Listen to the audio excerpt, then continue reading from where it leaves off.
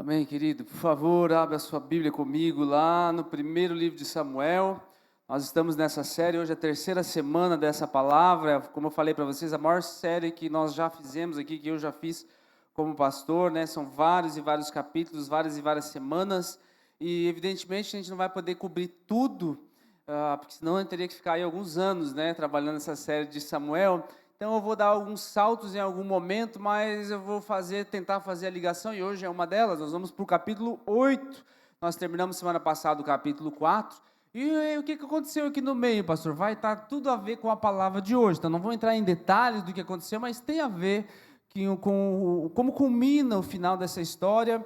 Eu vou ler o 1 ao 7 aqui contigo, e aí depois nós vamos discorrer, o capítulo ele vai mais adiante, eu vou puxando aqui alguns outros versículos no meio, e vou te contar a história do que aconteceu um pouco antes ali, para te contextualizar. Diz assim a palavra de Deus: quando Samuel ficou velho, e aí que eu já preciso parar, eu esqueci, na verdade, tinha que fazer o contexto antes, né? Quando Samuel ficou velho, como assim, pastor? Semana passada ele nasceu, né? Estava lá clamando todo ano, e semana passada ele nasceu. Então, acontece várias coisas, mas o básico aqui, depois eu vou contar mais em detalhes, mas o básico é que o menino Samuel, ele cresce, ele se torna um grande profeta, ele julga Israel, a ponto de ele ter uma rota. Ele morava lá em Ramá, mas ele tem uma rota, ele vai de norte a sul durante muitos anos, fazendo o julgamento das nações, ou melhor, das tribos, fazendo todo o meio de campo, pastoreando aquela turma durante muitos e muitos anos, e o Senhor é com ele. Você viu como Deus move ele, e ele é um cara justo, ele é um cara bom, ele é o profeta que a turma esperava, aquilo que Eli e os seus filhos não foram. O que aconteceu com Eli, pastor? Aconteceu o que Samuel falou. Lembra que a gente terminou semana passada?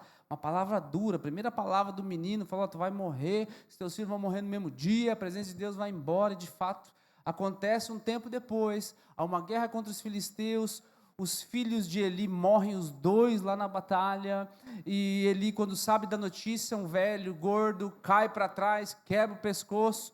Os netos dele nascem no mesmo dia, a nora dele dá um nome que não é muito bom, fala assim: foi-se a glória do Senhor, né, que é o significado ali de Icabode, e ali o menino Samuel tem que se levantar no meio daquele lugar. Tem um acontecido ali bem bacana depois, mas ele se levanta, e durante muitos e muitos anos, ele julga Israel de maneira justa. Então nós vamos agora dar um salto aqui de algumas décadas, e Samuel não tinha o que falar dele, gente, um cara justo, julgou a nação, estava tudo certinho. Porém, aí sim, quando Samuel ficou velho, constituiu os seus filhos por juízes sobre Israel.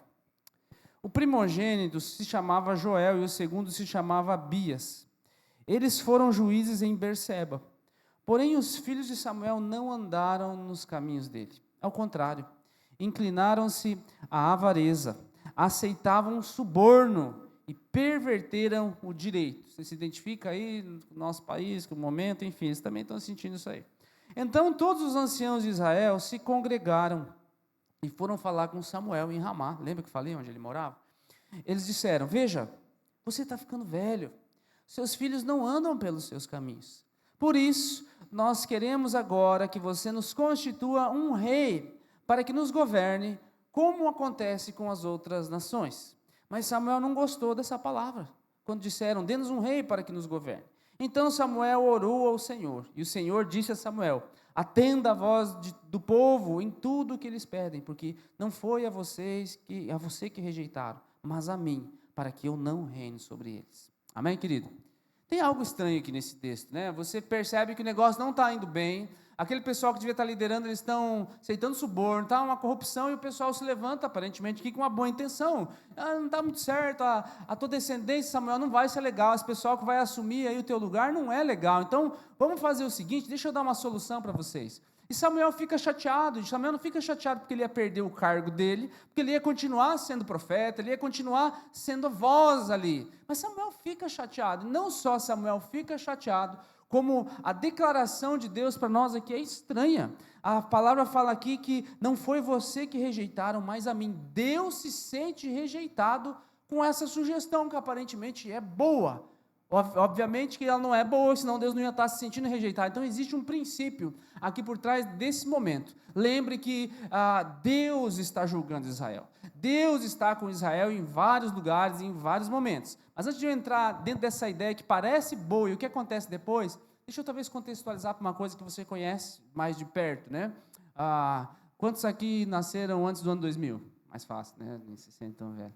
Nossa, só isso, gente. Ou tem muito mentiroso aqui dentro, né? Ou tem gente que perdeu a memória, né? Quantos nasceram antes do ano 2000? Pode levantar a mão, ninguém vai. Multiplicou, gente, como é que pode, né?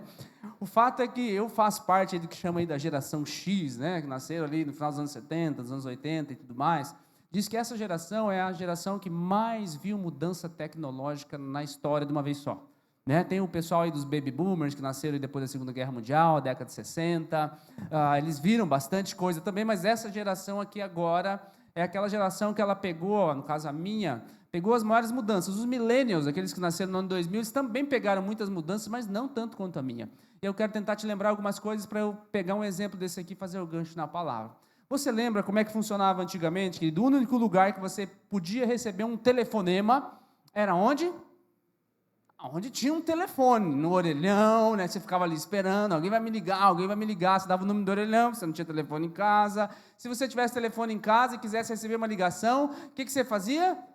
Você tinha que ficar ali parado esperando, alguém vai me ligar, né? Lembra ali da tua paixão, como é que era? Ficava esperando, ela vai me ligar, e aí se você fosse fazer qualquer outra coisa, que fosse muito apurado, você falava assim, vocês me ligaram, fala que eu já volto, não desliga, me liga de novo, e você literalmente, quando queria receber uma ligação, não saía de casa, você foi fazer uma entrevista de emprego, você volta para casa, esperando o telefone tocar, e era assim que funcionava. Quando você fazia planos com alguém, olha, fulano, a gente vai se encontrar em tal lugar e tal, você ligou, então tá, tudo bem. De repente você está saindo do lugar e acontece alguma coisa, você não pode mais ir. Não tem esse negócio de cancelar plano, vou mandar mensagem, não é mais em tal lugar que a gente vai se encontrar, em tal lugar. Quando você fez um plano, nessa geração aqui está feito o plano, não tem como desfazer o plano, não tem celular para ligar, era assim que funcionava. Não tinha GPS, gente. Então você lembra, quando você queria sair para um lugar, você tinha que se concentrar muito, você tinha que decorar número de telefone, você tinha que decorar número de rua, você provavelmente andava com uma lista telefônica dentro do teu carro, e aí quando você ia para um lugar, você fazia o trajeto ali de onde vai, eu tenho que entrar nessa rua e tal coisa, não tinha ninguém te avisando se estava congestionado, né? Você entrava dentro do teu carro e ia. Quantas brigas aconteceram entre casais, não é por aqui que eu falei, e aí você se perdeu, e aconteceu outra coisa, mas eu te disse, não, mas eu olhei no mapa, e não era isso, não era essa rua, enfim, aí você se perdia, e o que você fazia daí quando você se perdia nesse momento? O que acontecia? Quase ninguém lembra mais que funcionava assim, né? Você tem que parar para perguntar, baixa o vidro, fulano, como é que faz? Daí você encontrava ali um Catarina, vai, segue reto toda a vida, tem aquele poste ali, aquela casa verde, tá vendo? Lá, estou vendo, não é ali, vai mais umas 3, 4 quadras, vira não sei aonde, aí você saía, você já tinha esquecido, lembra de como era essa vida? E aí chegaram os computadores, nossa gente, que revolução, que coisa fantástica, você não dependia mais de carta, né, para mandar para os outros, você mandava um e-mail, nossa, que coisa, e os primeiros, você lembra como é que era? Mandava-se um e-mail assim, oi, será que vai responder? Oi, tudo bem? E aí você ficava ali curtindo essas bobagens, mas surgiu um negócio que a gente não estava acostumado, chamado vírus, você lembra? Hoje já está cheio de bloqueadores, cheio de negócio, você quase se esqueceu desse mundo, mas você, que é da minha geração, você lembra que volta e meia dava um problema, os vírus eram assim, eles colocavam umas mensagens, a gente era inocente, a gente não sabia, clique aqui, ganhe 1 milhão de doses, vou clicar para ver o que acontece, né? Clique aqui, os seus problemas serão resolvidos, e você clicava, e aí vinha um vírus no teu computador, abria um monte de janelinha, e aí você trabalhava, estava fazendo um documento, e de repente, pum, acabou a luz, meu Deus, não existia nuvem, não ficava na nuvem nada, você perdeu todo o trabalho, você lembra disso? Quantos lembram? Que vida, pastor, não quero nem lembrar essa vida. Mas o fato é que esse pensamento aqui do povo de Israel é parecido com a nossa inocência em relação aos vírus anteriores. Hoje a gente não lida mais com isso, não tem mais esse problema. Parece que é bom, parece que é uma mensagem bem legal, clique aqui e vai dar tudo certo. Vá por esse pensamento, ceda esse desejo, olha, está acontecendo tal coisa, isso é bom, clique aqui, dá um rei, esse é o título da palavra hoje, queremos um rei. Mas depois que esse vírus se instala, aí vários problemas acontecem dentro disso tudo. E a primeira coisa que eu preciso te dizer é que não era errado eles pedirem um rei. Deus era para ser o rei deles, Deus estava ensinando, mas não era errado a ponto de, em Deuteronômio, o 5º livro da Bíblia, quando Deus está tirando o povo do Egito e mostrando para eles como que ia ser a coisa, como que Deus queria se relacionar, no capítulo 17 você vai ver lá que Deus está dando instruções até de que o dia que eles tivessem um rei, olha, o rei tem que ser assim, o rei não pode ficar casando um monte de vezes aí, o rei tem que andar com a palavra ali, dormir com a palavra, ele dá várias instruções de como seria o rei. Então o fato é que não era errado pedir um rei. E aí a pergunta que a gente tem que fazer é: por que Deus fica chateado? Por que Deus se sente rejeitado quando eles pedem um rei? Por que Samuel ali, né, um homem de Deus, fica indignado com isso? E meu primeiro ponto contigo hoje é que o problema não está em pedir. O problema está na motivação que a gente pede as coisas. Isso é bem sério em relação a nós. Ah, pastor, mas a palavra, ou melhor, a série não é a segunda chance. Calma, querida, é bastante capítulo. Vai ter segunda chance, tem que estragar tudo primeiro, né? Então, essas primeiras semanas a gente vai contando todos os desastres para depois começar a falar para a segunda chance. Fica tranquilo, que vai chegar, né, o momento ali de alisar você, né, de trazer aquela parte legal que você gosta. Ai, como estou me sentindo bem, né? Não pegou no meu pé. Vai ter essas palavras também, mas no começo, agora Deus está tentando ensinar. 16 capítulos, Deus está tentando ensinar para eles, ó, esse caminho não é muito legal. O problema é a motivação. Onde é que você acha isso? Olha o verso 5 lá. Eu até acho que sublinhei ou grifei lá: ser como as outras nações. Qual era a motivação de fato que eles queriam ali? Não era arrumar a descendência de Samuel. A primeira motivação deles para ter um rei é que eles queriam ser iguais aos outros. A primeira motivação, quando a gente pede às vezes algumas coisas para Deus que são boas: olha, Senhor, está vendo aqui que está errado? Está vendo aquele outro que está errado? O Senhor bem que podia me abençoar aqui. É aquela assim, volta e meia que eu cito, né? Ai, Senhor, o Senhor podia me abençoar, eu acordar hoje com 6 números na minha cabeça, eu vou lá, jogo na loteria, trago o dízimo para a igreja, o pessoal constrói. É bom, Senhor. Olha como isso aqui é legal e resolve o problema de um monte de gente. O problema não está em pedir. O problema está na motivação que eu peço. A primeira deles é ser igual aos outros. A segunda está lá no final do capítulo, no verso 20, eles vão dizer assim que o nosso rei poderá nos governar, sair adiante de nós e fazer as nossas guerras. Deus era o Deus deles, Deus era o rei deles, e Deus era o Senhor dos exércitos para eles. O fato é que Deus é o capitão deles. E o que eles estão querendo agora? O que motiva eles a pedir um rei? Alguém que eu veja. Eles só estavam baseados em promessas invisíveis. Eu quero alguém que eu veja. Eu quero alguém que lute as minhas batalhas que eu veja. Eu quero ser iguais às outras nações, no sentido de que, eu olho um rei, então eu vejo, aí eu me sinto seguro, tenho um senso de identidade nacional, um orgulho nacional, e se tiver uma guerra, o rei vai lutar por mim. E é a mesma coisa que nós fazemos hoje. Nós olhamos assim e pensamos: nossa, que povo duro esse, né, pastor? Por que não morre tudo? Enfim, nós fazemos a mesma coisa, querido. Nós rejeitamos a Deus em muitas situações, quando nós tiramos o lugar daquilo que nós pedimos em termos de alegria, confiança, eu sou filho de Deus e tudo mais, e colocamos o medo, desconfiança e insegurança como razão primeira para eu pedir certas coisas. Eu quero alguém que eu veja para resolver os meus problemas. Eu não quero esperar Deus agir sobrenaturalmente. Eu quero ver o dinheiro caindo na conta. Eu não quero esperar Deus agir sobrenaturalmente. Eu quero ver a mudança em todo mundo para depois eu começar a mudar. Eu não quero esperar certas coisas. Eu quero ver primeiro para depois eu começar a agir. E às vezes a gente pede muitas coisas, todas elas boas, todas elas com boas intenções, como essa turma, e algumas delas aqui, Deus até avaliza para você pedir em termos de coisas, mas quando o nosso motivo está fora do padrão, querido, Deus se sente rejeitado. O que eles têm aqui? As promessas de Deus. Aí Deus começa a recapitular algumas coisas. O fato é que Deus considera uma rejeição que eles fizeram. E a gente precisa entender, ao contrário dos outros, eles não deviam confiar no tamanho do exército. Eles deviam confiar em Deus, mas eles querem ver alguém que está conduzindo esse exército que não seja Deus. Eles querem ver. Lá na frente a gente vai ver, dentro da nossa série, que Deus vai repreender Davi só porque contou quantos soldados tinha. Nossa, não pode fazer um censo, né, de Deus, vamos matar o Ibope, né, vamos orar pelo Ibope. Não é esse o fato. O fato é que esse tipo de contagem, esse tipo de situação ou de mensuração está baseado no medo e na desconfiança de que Deus não vai dar conta do que ele achou ou falou que ia dar conta. Agora olha o verso 8 comigo lá, querido. É Deus falando, tá? Segundo todas as obras que fizeram desde o dia que os tirei do Egito até hoje, pois me deixaram e serviram outros deuses. Assim também estão fazendo com você. Quem? Samuel.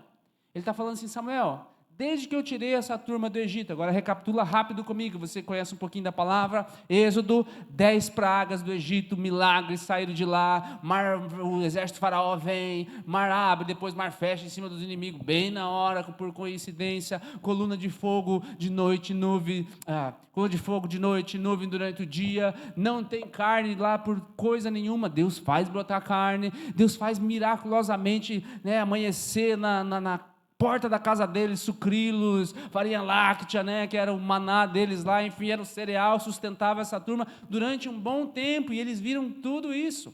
E agora Moisés sobe no monte para orar, demora um pouquinho, eles não enxergam mais Deus, o que eles fazem? Pressionam o líder para que dê para eles algo para eles enxergarem, para fazer um bezerro de ouro.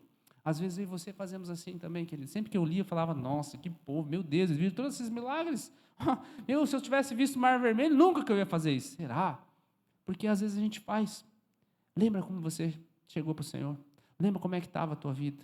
Lembra qual era o teu destino? Lembra como é que você andava errante, só baseado em coisas que você podia ou não podia fazer, e a tua vida não fazia muito sentido, ou você até conseguia algumas coisas, mas sempre tem um vazio martelando dentro de você. Está tudo certo para você ficar alegre e feliz, mas por alguma razão parece que vem um momento, uma onda de opressão, e você não tem Jesus. Agora lembra de tantas coisas que o Senhor fez por você. E aí quando nós colocamos a fonte da nossa identidade em qualquer outra coisa, e esse é o grande problema aqui, né? Qualquer outra coisa que não seja Deus, que é o meu segundo ponto. Qual é o princípio? Confiar que Deus seja o suficiente. Tudo aquilo que nós pensamos assim, eu quero Deus, mas ainda assim não sou feliz, eu preciso de mais alguma coisa. Isso se torna um ídolo para nós. Isso se torna uma rejeição para nós. Nos capítulos que nós pulamos, agora eu vou esclarecer para você, nos capítulos que a gente pulou, o que acontece é o seguinte, os filisteus vêm lá, e eles roubam a Arca da Aliança. A Arca da Aliança representava a presença de Deus. Então, para Israel, agora é um desastre total. Eles perdem a batalha, ainda perdem a presença de Deus. E a palavra diz que os filisteus colocaram a arca lá dentro do templo do Deus deles, que se chamava Dagon. E no outro dia, por alguma razão, aquela estátua de Dagon está caída no chão, de bruços. O pessoal, poxa, aconteceu uma coisa, entrou um vento aqui, vamos levantar essa estátua. Eles levantam a estátua. No outro dia, agora a estátua não só amanhece caída de bruços, como a cabeça foi cortada e os braços foram decepados. E aí eles começam a ficar meio cabreiro. Não sei não, será que está acontecendo alguma coisa? Eles deixam para lá. E aí tumores começam a tomar conta da turma, eles começam a se ligar. Acho que é esse negócio aí do Deus de Israel. Vamos fazer o seguinte, vamos mandar para a cidade vizinha esse negócio. Eles mandam a arca para a cidade vizinha. Acontece a mesma coisa, eles tentam fazer uma terceira vez, até que reúne a turma. Gente, não dá certo. Vamos fazer, será que é esse Deus de Israel mesmo? Enquanto isso, o que Israel está fazendo? Nada. Enquanto isso está lá chorando, enquanto isso eles estão lá, a gente queria isso, a gente queria aquilo, e Deus está lutando as batalhas silenciosamente. Deus está lutando, Deus está movendo silenciosamente, eles nem sabem. Aí essa turma reúne a arca e fala assim, vamos fazer o seguinte, pega 2 vacas aí do fulano ali, constrói uma carroça, e vamos botar ela aqui na estrada. Se ela ir direto para Camboriú, que é Israel, aí é de Deus. Agora, se ela pegar a rota ali da rotatória, lá na BR, e for para a direção a Florianópolis, a gente acha que isso aí é uma coincidência muito grande. Resumindo, é isso que eles fizeram. Bet-Semes era lá em Israel. Eles pegaram essas 2 vacas que nunca pisaram em Israel, vacas com crias, nunca pisaram em Israel, põe a arca em cima, e aí, curiosamente, aquelas 2 vacas, elas pegam o caminho de Israel, e a Bíblia diz assim, nos capítulos que a gente pulou, não se desviaram nem para a direita, nem para a esquerda. Eles ficaram meio desconfiados e foram meio acompanhando junto, vamos ver onde é que ela vai dar. Caiu lá em Bet-Semes. Chegou lá, as vacas faceiras, viemos aqui, o pessoal está recebendo, aplaudindo a gente, mataram elas já fizeram o sacrifício, meu Deus, o que está acontecendo? E os filisteus que estavam olhando, não, é isso aí mesmo. Gente, Israel não moveu uma palha para trazer a arca de volta. Israel não fez nada para trazer a arca de volta. Deus lutou as batalhas deles. Deus está fazendo a mesma coisa com você. Às vezes eu e você fizemos coisas que afastaram a presença de Deus. Às vezes eu e você rejeitamos a Deus em muitas situações, quando nós colocamos a nossa esperança em coisas. A gente já viu essa palavra aqui, né? Com Ana, nós vimos semana passada uma palavra mais pesada com Eli. Às vezes nós fazemos tudo isso, mas não esqueça que Deus às vezes está trabalhando silenciosamente em teu favor. Deus está destronando as trevas sobre a tua vida, os teus inimigos, sem você nem saber. Você está dormindo de noite, descansando, Deus está lutando as tuas batalhas. batalhas. Deus está fazendo com que as imagens ou a força das trevas tenha a cabeça arrancada, os braços incapacitados contra a tua vida, sem nem você ao menos perceber. Você pode dar um glória a Deus? Meu amado, isso é fantástico. Deus está trazendo a presença deles de volta e eles não entenderam. E Deus está falando assim, eu sou o rei, eu estou com vocês. É por isso que quando chega aquela parte, que eles estão falando assim, queremos alguma coisa visível, Deus fica chateado. Porque Deus está lutando as batalhas deles. E é por isso que Deus fica chateado conosco da mesma maneira. Quando a gente, apesar de tudo que Deus já fez por nós, apesar de tanta coisa que Ele tem nos abençoado, nós ainda nos sentimos tristes, porque não conseguimos alguma coisa que nós tanto queremos, a ponto de, você pode se sentir triste, né, ter altos e baixos emocionais, desde que você não entre no vale, permaneça naquele lugar. Quando nós entramos nesse vale de tristeza, quando nós entramos nesse vale de insatisfação, entramos nesse vale de nos sentirmos menor do que os outros, só porque não temos o que eles têm, não temos a aparência que eles têm, não fazem o que eles têm, significa que nós estamos rejeitando a Deus. É mais sério isso do que simplesmente assim, eu estou chateado, sabe, Deus está agindo sobrenaturalmente. Agora, a grande questão é, quando você tem um Deus que luta por você desse jeito, por que você quer ainda um rei? Quando você tem um rei que trabalha quando você tem um Deus, um rei que trabalha em teu favor, o tempo todo, mesmo quando você não está sabendo, por que é que você ainda se sente insatisfeito com algumas coisas que você não viu? Eu quero um Deus visível, eu quero uma promessa visível. E aqui preste atenção, não é que eles não queriam a Deus, não é no sentido que eles estão rejeitando a Deus, assim, não quero mais, eu quero ser um ateu, não é isso. O ponto principal aqui é que eles falavam assim, ou expressavam assim, eu preciso de algo mais além de Deus, para eu me sentir completo. E quando a gente pensa assim, nós anulamos o sacrifício de Jesus. Tudo aquilo que Jesus faz por nós é suficiente. O preço diz que já está pago, a escrita de dívida já foi, existe uma expressão, né, o melhor de Deus ainda está por vir, não é a expressão mais correta para você utilizar. Se você pensar isso figurativamente nos dias que você vai viver, ok, mas quando você fala da obra que Deus fez, o melhor de Deus não está por vir coisa nenhuma. O melhor de Deus já veio, não tem o que Deus dá mais do que entregar o seu Filho único para pagar todos os teus pecados, e uma vez que você crê nele, se você morrer hoje, você vai se encontrar com ele e viver eternamente. O que pode ser melhor que isso? Não existe nada melhor que isso. O melhor de Deus já veio para nós, meu amado. E às vezes nós desprezamos esse simples fato.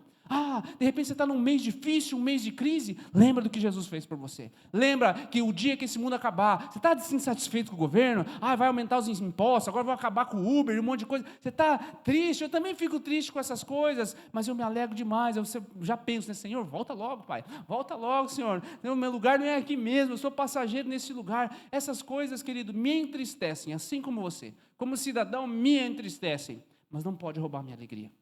Me entristecem, mas não pode roubar a paz plena lá no meu coração. Claro que eu fico preocupado, claro que eu também não gosto, né? E a gente precisa se mover e exercer o nosso papel de cidadão e fazer aquilo que a gente pensa que deve ser feito de maneira correta. Eu estou junto contigo, me convida, nós vamos lá.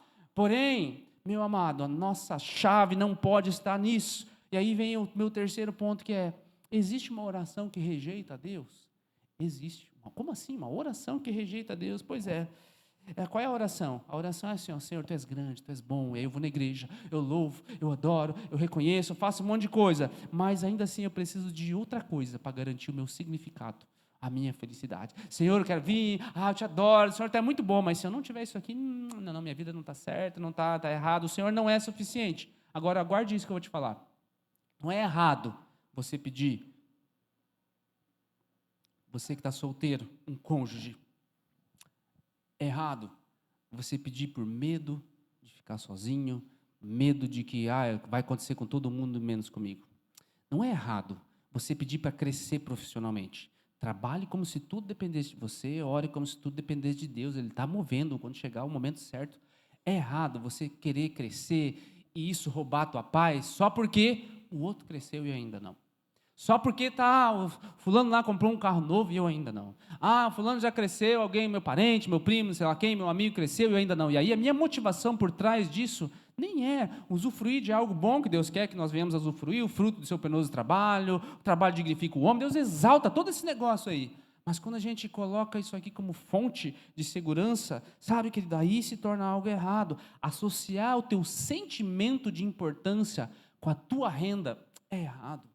Eu só me sinto importante se eu tiver X no banco. Se eu não tiver X no banco, eu não me sinto importante. É um ídolo. Essa oração é aquela que rejeita Deus. Não é errado querer se parecer melhor fisicamente, a gente já falou, né? Estamos numa época aí que está difícil, né? Está cheio de coisa, glúten, lactose, açúcar, inflamatório, né? Cadê meus pacientes aí, né? Eu sempre recomendo, gente, vão dar uma segurada aí. Não é errado você querer parecer melhor fisicamente. O que é errado? Você entrar dentro de um desequilíbrio. Você se deformar, você perder a noção do que você é e agora você está querendo parecer e você não sabe mais nem com quem você se parece. É isso que é errado, não é ser errado, sei lá, fazer uma correçãozinha, não é isso que eu estou dizendo, querido. Agora, como saber se eu estou sendo motivado pelo medo e pela insegurança? Eu não posso ser feliz ou me sentir seguro, a menos que eu tenha isso além de Deus. Qualquer coisa que você responda aqui, eu não posso, nunca vou ser feliz, nunca vou me sentir seguro enquanto eu não tiver isso. Essa é a oração que é motivada pelo medo. Porque senão Deus não é suficiente para você. A graça de Deus não é suficiente para você. Deus o livre, pastor, que eu tenha que passar a vida assim, na classe média ou coisa assim. Sabe? Todos os apóstolos não desfrutaram nem nada de nós, que nós temos aqui hoje. Nenhum dos apóstolos, nem Salomão não tinha que eu tenho na minha casa, um chuveiro quente, né, no inverno, vai lá, fico lá parado, bem, deixa a água correr, deixa, depois eu pago esse vídeo, vamos lá. Agora o ar-condicionado, né, gente, glória a Deus pelo cara que inventou o ar-condicionado, fui procurar essa semana, esqueci o nome dele, 1904, oh, que benção desse homem, né, Deus que abençoe, tomara que ele tenha ido para o céu, mas enfim, tu vai, liga, né, falei para minha esposa esse mês, não deixa aí, depois a gente se vira para pagar a conta de luz, deixa esse troço aí 24 horas rodando, uma coisa boa. Eles não tiveram nada disso. Pensa em dormir no calor. Pensa em não ter carro no outro dia para andar. Essa turma aqui não teve nada disso. Agora, se eles tivessem associado ao sucesso de todos os apóstolos com uma vida luxuosa, com quantos seguidores eles tinham no Instagram, meu Deus, quantos deles morreram sozinhos? Quantos deles foram rejeitados? E aí, sabe o que a Bíblia chama esse tipo de pessoa? Eu acho que é Hebreus, não me recordo bem, mas eu acho que é Hebreus. O mundo não era digno deles. Você quer ser digno do mundo ou de Deus? E aqui vem algo bem sério. É um versículo que eu acho que você vai conseguir completar junto comigo. Pedis e não recebeis porque pedis mal. Você sabe esse versículo aí. Para gastar nos seus próprios prazeres, ou literalmente aqui na NVI, pedem, mas não recebem, porque pedem com más intenções, com o fim de gastar nos seus prazeres. Segura aqui, ó. Eu e você decoramos esse versículo, e né, quando eu estava vendo assim, eu também me choquei. Falei, nossa, eu não tinha percebido isso. Eu não tinha percebido, tantos anos olhando, eu não tinha percebido. O maior choque que vem, não é a gente decorar e ver, ó, pede e não recebe, porque pede mal. O maior choque a respeito desse pensamento aqui, é o que vem na sequência. Eu até grifei ali para vocês, sublinhei. Passa o próximo versículo lá, mano. Adúlteros. Sabe que é a oração daquele que pede só para usufruir para si mesmo, né, não está nem aí com Deus. Sabe o que Deus chama? Adúlteros. Você não sabe que a amizade com o mundo é inimizade com Deus? Portanto, se alguém quiser ser amigo do mundo, faça inimigo de Deus.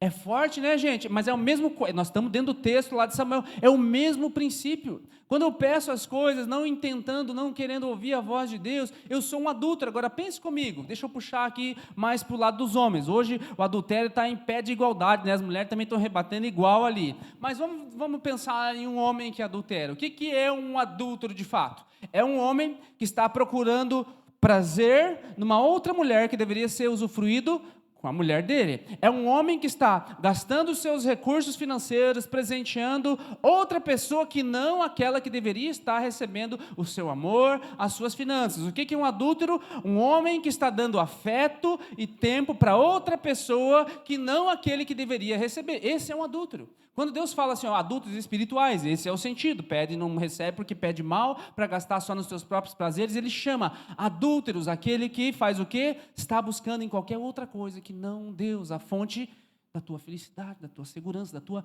identidade. Querido, é muito mais sério do que nós pensamos, sabe? A rejeição a Deus não costuma ser assim, se afastar de Deus, virei ateu e estou desviado. Não, é simplesmente exigir algo além de Deus.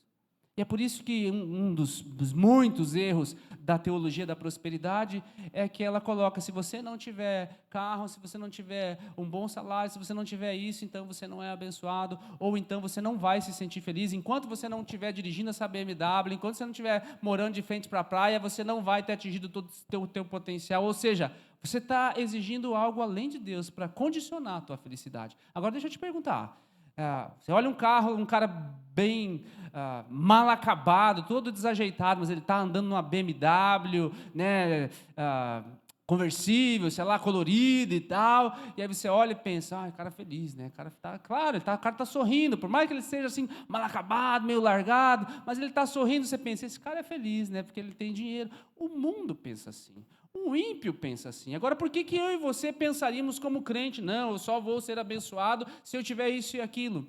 Adúltero. Eu estou querendo ser igual às outras nações. As pessoas lá fora pensam assim. Olha o resto dos versículos. Deixa eu adiantar um pouco aqui. O 9. Agora, pois, atenda a voz deles, Deus fala. Porém, advirta-os solenemente e explique-lhes qual será o direito do rei que vier e reinar sobre eles. Esse será o direito do rei. O verso 11. Ele tomará os filhos de vocês, os empregará nos seus serviços dos carros de guerra com cavaleiros, para que corram na frente deles. Eu me dei o trabalho de sublinhar, cada vez que aparece ali, tomará. Ele tomará as filhas de vocês para serem perfumistas, tal. Verso 14, tomará de vocês o melhor da lavoura, das vinhas, dos olivais, dará aos seus servidores. Ficará com 1/10 dos cereais, das uvas que vocês escolheram. Verso 16, também tomará os servos e as servas de vocês, o melhor dos jovens, dos jumentos. Verso 17, ficará com 1/10 do rebanho de vocês, e vocês serão seus servos. Aí o 18, então naquele dia vocês clamarão por causa do rei que escolheram, mas o Senhor não os ouvirá naquele dia. E a palavra-chave em toda essa advertência é que Ele vai tomar. Tudo que você coloca, tua fonte de felicidade e segurança, Ele te dá um retorno momentâneo, mas Ele toma. Um adultério, ele te dá um prazer momentâneo, mas depois ele toma, ele rouba a tua família, ele rouba o teu cônjuge, ele rouba os seus filhos, ele rouba um monte de outras bênçãos que você poderia ter. Sabe, quando você faz um negócio ilícito, você tem um retorno imediato, mas depois lá na frente o inimigo vai vir e vai tomar. Sabe, está cheio de lugar aí, né, onde o inimigo opera e faz até curas e milagres, sim. Mas depois ele vem tomar alguma coisa, ele não está dando nada de graça, querido. Qualquer outra coisa que nós ouvimos que não, Deus vai nos prometer muito, muito, mas vai tomar depois. Cuidado aí os namoradores em série, você que está procurando alguém para casar, né? Vem, a fila cresce, cuidado, porque às vezes você está procurando nos braços de uma outra pessoa a segurança que você deveria estar buscando em Deus. Você não quer esperar em Deus, você não quer ter, você não tem, eu quero ver, e aí você entra em relacionamento após relacionamento, porque está buscando uma segurança, um senso de proteção, que não no Senhor, e eu não confio, eu vou entrando em um atrás do outro. O rei que eles vão ganhar é fisicamente impressionante. Ele é alto, a gente vai ver semana que vem, ele é alto, ele é bonito, mas ele vai tomar muita coisa deles. Eles vão levar um tombo, sabe? Todo rei que não vem de Deus, que ele escraviza. Todo rei que você dê a sua vida que não o Senhor, vai tomar algo de você em algum momento. Todos os reis terrenos são assim. Um dos homens mais ricos que nós já tivemos aqui se chama John Rockefeller. Ele tem uma frase bem famosa. Eles perguntaram para o Rockefeller assim, Rockefeller, quanto que é suficiente? E ele falava assim, a famosa resposta dele, mais um centavo. Mais um centavo, ou seja, mais. E a gente sabe, querido, que o sentimento dessas pessoas, no fim das contas, é só isso. Tua esperança não pode estar nas coisas, não pode estar no governo, não pode estar sequer numa pessoa.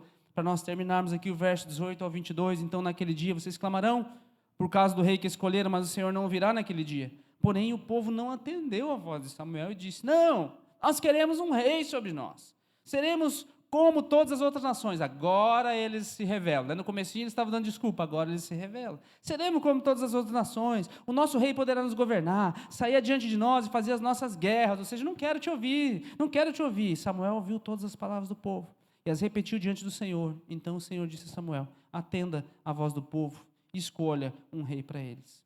Às vezes a única maneira de Deus quebrar a nossa escravidão é dar um ídolo para nós. Às vezes a única maneira de Deus despertar a tua atenção, querido, é deixar você se abraçar com aquilo que você está tanto pedindo para poder abrir os teus olhos. E a conclusão que isso vai chegar é que eles vão ter o próximo rei, a gente vai ver em detalhes semana que vem. E a experiência não vai ser boa. Mas tudo isso aqui vai construir neles um desejo de um rei maior, de um rei melhor. Eles vão começando a entender algumas coisas, e o próximo rei que virá, ele vai ser uma figura de um dos melhores reis que já existiram, e de fato para eles é um marco até hoje. Você vai entender porque o rei Davi, ele tem tanta proeminência, assim. O que ele fez de tão extraordinário? Ele nem foi aquele que ganhou mais territórios, que ganhou deixou a economia melhor, mas por que ele é tão extraordinário? Porque ele prefigurava o maior rei de todos. Esses reis aqui terrenos, e Davi depois vai errar também errar igual qualquer rei terreno. Mas um dia vai vir um rei, e de fato já veio, que ele tem uma postura totalmente diferente. Marcos vai dizer para nós, é o último texto que eu tenho para você hoje, Marcos 10, porque também o Filho do Homem não veio para ser servido, mas para servir e dar a sua vida em resgate de muitos. Você quer saber por que Jesus é chamado de o Rei dos Reis? Porque o desejo de Deus para mim e para você é que Ele reine sobre a nossa vida. Ele é o justo juiz. Ele é aquele que luta as nossas guerras enquanto nós dormimos. Ele vai à frente. Sabe que esse rei aqui, ele não é aquele que toma. Ele não é, esse governo deles aqui tinha 10% de imposto. O nosso hoje já está em torno de 30% de imposto, né? Sabe, não te preocupa, querido. Existe um rei que luta as tuas batalhas. Existe um rei que você ofendeu ele. Existe um rei que você falou mal dele, você não queria nem saber dele. E a Bíblia vai dizer assim que Deus deu a sua vida por nós, Ele entregou o seu Filho quando nós ainda éramos pecadores. Deus não olhou para você e esperou você responder para daí vem aqui que eu vou te ajudar, eu vou te amar. Não, a Bíblia diz que quando você era pecador, quando você não reconhecia, foi que Ele olhou para você e falou assim, eu quero. Isso é expresso lá no Antigo Testamento, quando Deus fala para eles lá no Êxodo assim, ó, vocês vão construir um santuário, um tabernáculo, e eu vou habitar no meio de vocês. Isso é expresso quando Deus cria o homem à sua imagem e semelhança, põe no jardim do Éden e quer conversar com ele na viração do dia, Deus vai lá, ou seja, Deus quer ter um relacionamento profundo conosco. Ele é o nosso Rei Supremo. Você pode se colocar de pé, por favor, querido? Sabe, querido, o nosso Rei, Ele foi para a cruz, não quando você disse, Jesus, eu quero entregar a minha vida. O nosso rei foi para a cruz sob traição. O nosso rei, ele tentou fazer tudo aquilo que ele precisava para ensinar os discípulos. E eles abandonaram ele no momento em que ele estava mais angustiado. O nosso rei carregou o meu fardo lá para o Calvário. Ele sofreu a minha dor. Toda a crise de identidade, todo meu complexo de inferioridade que eu vivi durante muitos anos da minha vida, o Senhor curou, o Senhor levou. Hoje eu não se sinto, Deus o livre, também tem professor de português aqui, eu não me sinto menor do que os outros, é o tamanho que eu sou, não sou menor porque eu faço ou deixo de fazer. Se eu ser filho de Deus é uma dádiva, é uma graça, o que a Bíblia diz? A tua graça me basta. E aí eu enxergo para aquele versículo famoso que está colado atrás de um monte de carro legal. Tudo posso naquele que me fortalece, dentro do contexto dele. Aprendi a passar necessidade como ter abundância. Aprendi a viver no pouco como também no muito. E aí Paulo vai fazendo essas duas comparações, ou seja, ele está ensinando o princípio do contentamento, não do alienamento, não do conformismo, mas ei, Deus te basta, então vamos deixar essa tristeza para lá, Deus te basta, vamos jogar essa angústia aí que você está carregando no coração, vamos colocar os pés da cruz hoje. Deus te basta, eu não sei o que não aconteceu na tua vida ainda hoje, que talvez tenha roubado a tua alegria, vamos colocar junto comigo aos pés da cruz. Tem algumas coisas que eu também estou frustrado com a vida, que eu queria que acontecesse, ainda não aconteceram. Eu também quero junto contigo hoje colocar os pés da cruz e falar assim, Senhor, me perdoa porque eu corri muito atrás de coisas ao invés de correr para Ti. Me perdoa porque eu condicionei a minha felicidade com aquilo que eu tenho ou deixo de ter. Se essa pessoa me aceitou ou não me aceitou, me perdoa, Senhor. Eu lamento.